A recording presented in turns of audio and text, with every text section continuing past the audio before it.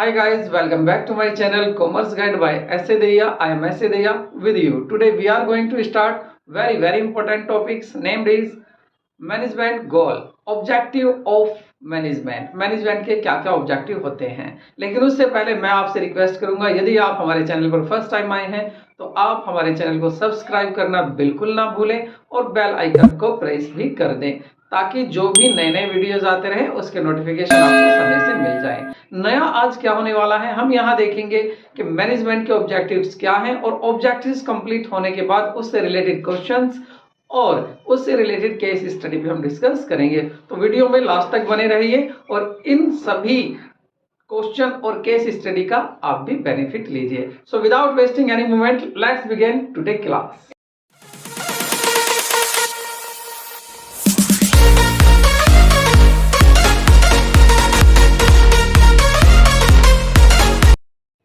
पहले बात करते हैं कि ऑब्जेक्टिव ऑफ मैनेजमेंट क्या होते हैं। एक ऑर्गेनाइजेशन में मैनेजमेंट जरूर होता है, अगर मैनेजमेंट नहीं है तो जो गोल है उनको प्राप्त नहीं किए जा सकते। किसके गोल? ऑर्गेनाइजेशन के। अब जो ऑर्गेनाइजेशन के गोल हैं और जो आपके मैनेजमेंट के गोल हैं, क्या वो अलग होते हैं? नहीं। जो ऑर्गेनाइजेशन के गोल होते हैं वही गोल होते हैं आपके मैनेजमेंट के। मैनेजमेंट तो यही वर्क करता है कि कैसे जो भी गोल हैं उनको अचीव किया जा सके ऑर्गेनाइजेशन के गोल को। तो ऑर्गेनाइजेशन के गोल को आज हम किस रेफरेंस में पढ़ रहे हैं? हम बोलेंगे मैनेजमेंट के गोल क्या हैं, ऑब्जेक्टिव ऑफ मैनेजमेंट क्या हैं। तो ऑब्जेक्टिव ऑफ मैनेजमेंट में अगर हम देखें तो ये क्या होते हैं? वो एंड्स होते हैं जिनके लिए सभी एक्टिविटी ऑर्गेनाइजेशन में की जाती हैं। अब इसमें इसकी कैटेगरी तीन होती हैं। पहले आपके ऑर्गेनाइजेशनल गोल होता है पहले कैटेगरी, दूसरा होता है आपका सोशल ऑब्जेक्टिव और थर्ड होता है आपका पर्सनल ऑब्जेक्टिव। अगर पहले की बात करें यहां पर तो फर्स्ट आपका है ऑर्गेनाइजेशनल गोल। इस ऑर्गेनाइजेशनल गोल में भी आपके ये तीन मेन होते हैं, तीन जो इनको आप अच्छे से लर्न कर लें। यहां पर आपका सर्वाइवल, प्रॉफिट और ग्रोथ। सर्वाइवल, प्रॉफिट और ग्रोथ, यही तीन आपके जो हैं मेन ऑब्जेक्टिव होते हैं मैनेजमेंट के। अब पहले इसमें देख लेते हैं आपका सर्वाइवल। देखिए कोई भी बिजनेस है, ठीक है, कोई भी ऑर्गेनाइजेशन है, तो उसमें मैनेजमेंट क्या चाहता है? मैनेजमेंट सबसे पहले चाहता है कि मैं सर्वाइवल करूं। मींस मेरा पहला उद्देश्य क्या है, मेरा पहला लक्ष्य क्या है कि मैं इतना तो काम कर लूं, इतना तो कमा लूं कि मेरी कॉस्ट निकल जाए।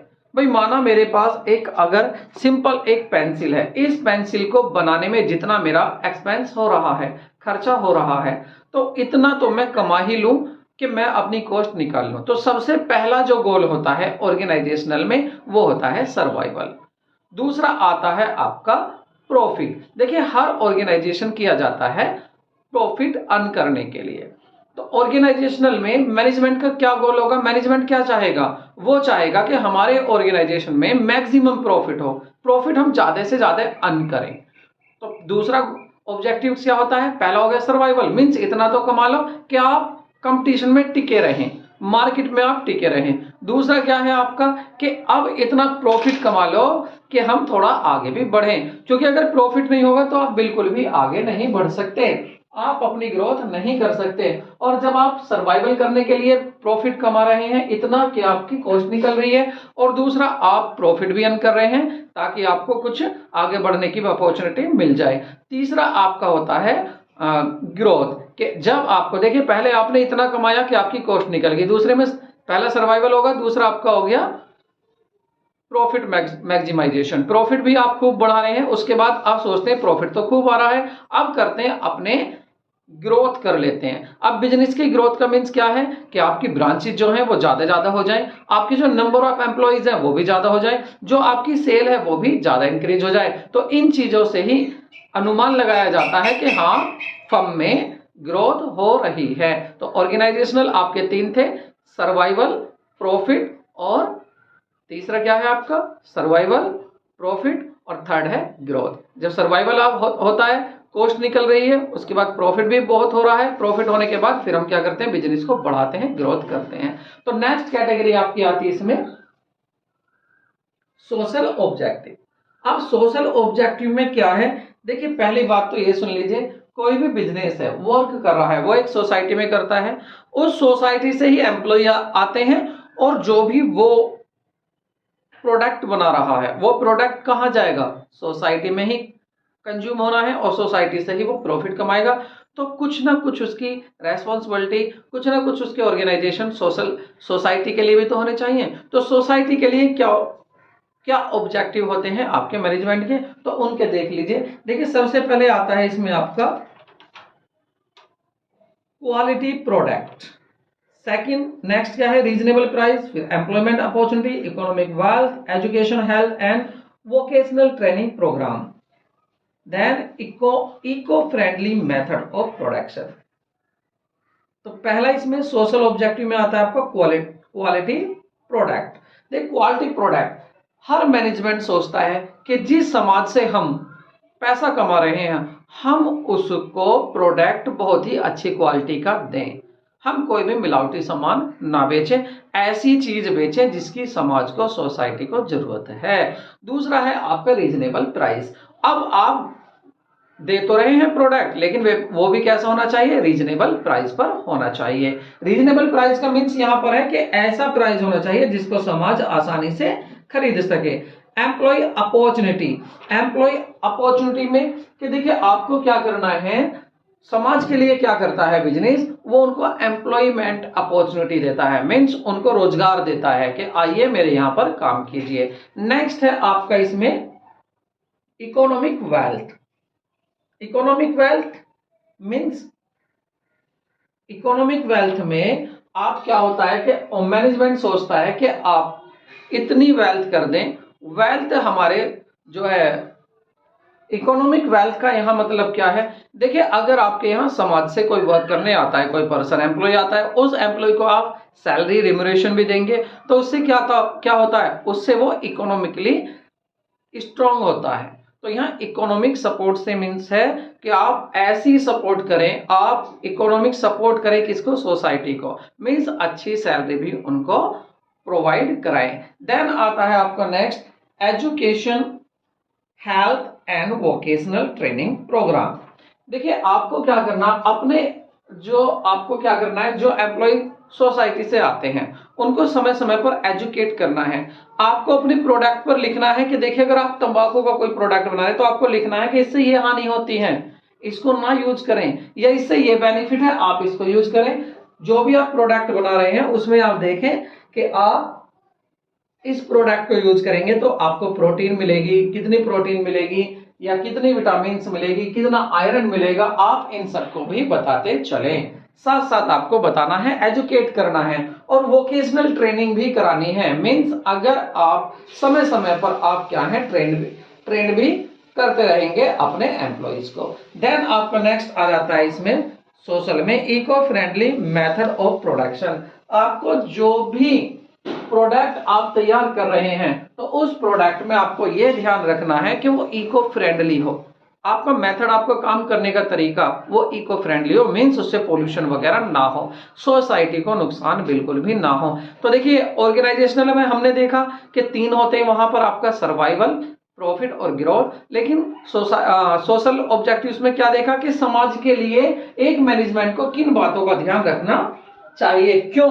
क्योंकि उसी समाज से ही वो प्रोडक्ट बेचता है और उसी समाज की हेल्प से ही वो प्रोडक्ट को तैयार करता है। देन आपका आता है नेक्स्ट पर्सनल ऑब्जेक्टिव्स। देखिए पर्सनल में नाम ऐसा लगता है कि पर्सनल से क्या, पर्सनल मींस आपका ऑर्गेनाइजेशन अपने लिए क्या करता है, फर्म आपकी अपने लिए क्या करते हैं, लेकिन यहाँ ऐसा नहीं है। पर्सनल का मीन्स है कि आपके जो एम्प्लॉइज हैं उनके लिए आप क्या कर रहे हैं, अच्छी उनको सैलरी दें, अच्छी काम करने की उनको कंडीशन दें। तो इनको क्रम वाइज देख लेते हैं, 1 बाय 1 देख लेते हैं। एजुकेट सैलरी, आपको सैलरी अच्छी देनी है। गुड वर्किंग कंडीशन, अच्छी वर्किंग कंडीशन देनी है आपको।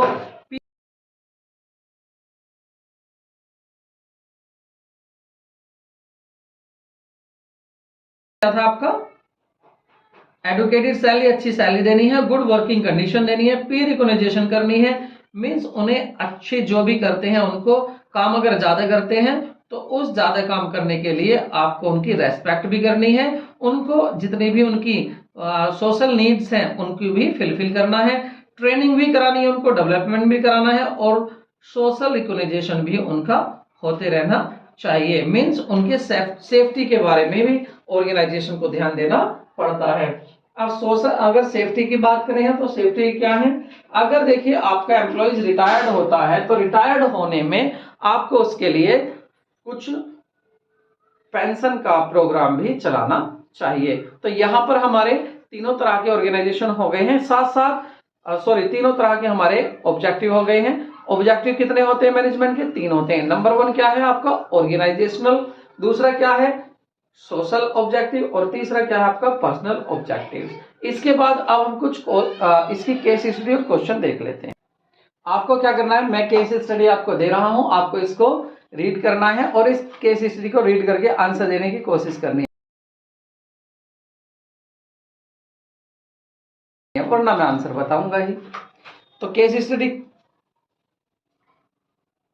First case study, Radhika is engaged and manufacturing earthen cooler by using environmental friendly method of production, which management objective is discussed. देखिए राधिका क्या कर रही है, एक ऐसी मैन्युफैक्चरिंग अर्थन कूलर बना रही है जिसमें इन्वायरमेंटल फ्रेंडली मेथड है प्रोडक्शन का। मींस वो ऐसा प्रोडक्शन करती है, ऐसा प्रोडक्शन कर रही है जिसमें इन्वायरमेंट को कोई भी परेशानी, कोई भी हानि नहीं होती है।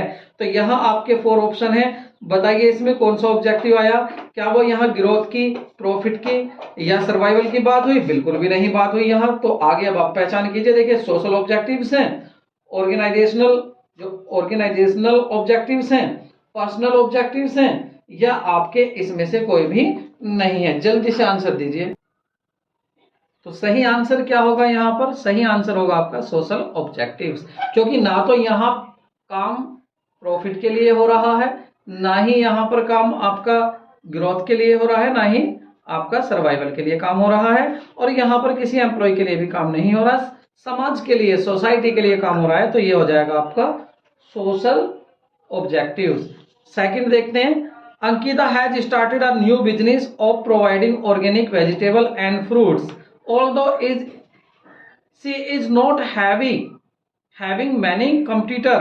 देखिए ज्यादा कंपटीटर उसके है नहीं जिससे उसे कंपटीशन करना है, but still she is trying to offer goods at minimum price so that she is able to survive in market, and market sure people with limited incomes can also afford her vegetables and fruit. State two objective she is trying to achieve. तो यहाँ आपको बताना है कौन सा है होगा। यहाँ देखिए ऑर्गेनाइजेशनल होगा या आपका सोशल होगा। देखिए सोशल में तो ये है कि समाज के लिए वो क्या कर रही है, बिल्कुल कर रही है। समाज के लिए क्या कर रही है वो, देखिए, और सर्वाइवल की भी बात आई है यहाँ पर आपकी। समाज के लिए क्या कर रही है वो, कह रही है मिनिमम प्राइस पर अपना प्रोडक्ट बेच रही है। तो ये तो हो गया आपका सोशल। उसके पास उसके कंपटीटर भी बहुत ज्यादा है ना, और फिर भी कम प्राइस पर गुड्स को अपने को बेच रही है, इसका मतलब सोशल ऑब्जेक्टिव हो गया। दूसरा कंपटीटर है तो वो क्या करेंगे, सर्वाइवल कर रही है, तो ऑर्गेनाइजेशनल भी यहाँ पर गोल हो गया। तो ऑर्गेनाइजेशनल और सोशल दोनों ही आपके यहाँ ऑप्शन, मतलब ऑप्शन बी आपका करेक्ट है। नेक्स्ट देखते हैं, x wide power limited setup a factory excuse me for the manufacturing solar lantern in the remote village at there was no reliable supply of the electricity in rural areas। देखिए वहां पर आप वो lamp कहाँ बना रही है, ऐसी जगह बना रही है जहां पर इलेक्ट्रिसिटी है ही नहीं, परेशानी है जहां पर।